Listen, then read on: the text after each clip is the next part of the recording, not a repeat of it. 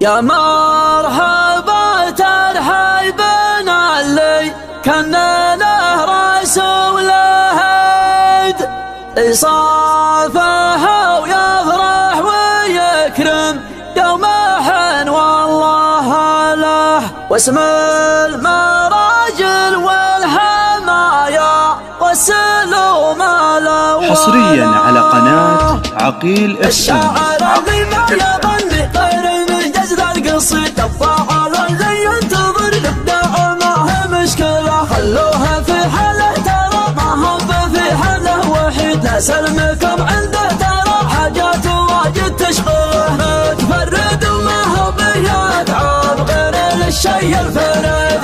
النادر اللي يدهش العاقل اللبيب ويذهله والشاعر اللي كل يومين أربعة عنده جديد ما هو بلا يحسب على اسماء الشعر ولا المرجله جيت رفيق انت وعنك كل ما دورت له ما نبى منك متقي في قولة طارق صديق ولا ثقافل منك جوالي ولا تحوله وعلومك تبيض بوجهك عندنا وطوله على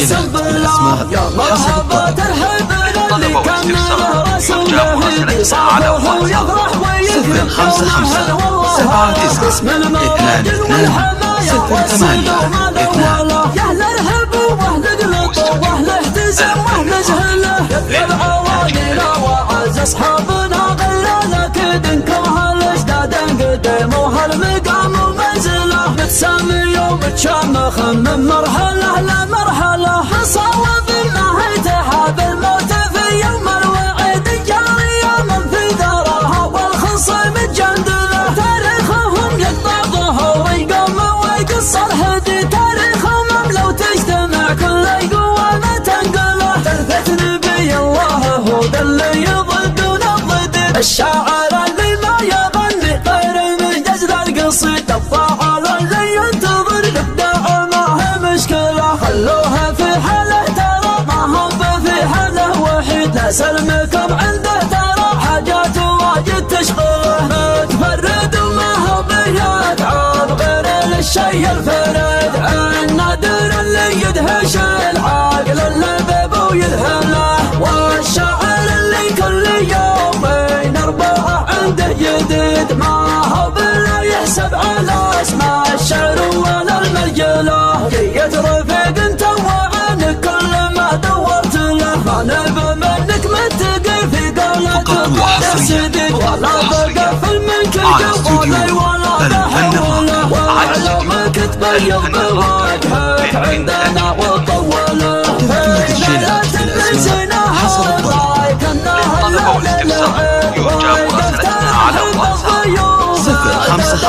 055 يا مرحبا ترحب اللي كان له رسول هدي صافح ويفرح ويكرم يومه والله له اسم المراجل والحمايا والسلوم الاولى يا اهل الهب واهل قلط واهل اهتزام واهل جهله يا بعوانينا وعز اصحابنا غيرنا كدنكم هالاجداد قدموا هالمقام ومنزله متسامي ومتشامخ من مرحله لمرحله صوب نهايتها بالموت في يوم الوعيد جارية من في دارها والخصم الجندله تاريخهم يقطع ظهور يقوم ويقص الهدي تاريخهم لو تجتمع كل قوة ما تنقله ترثة نبي الله هو ذا اللي يضد ونضد حصريا على قناة عقيل FM.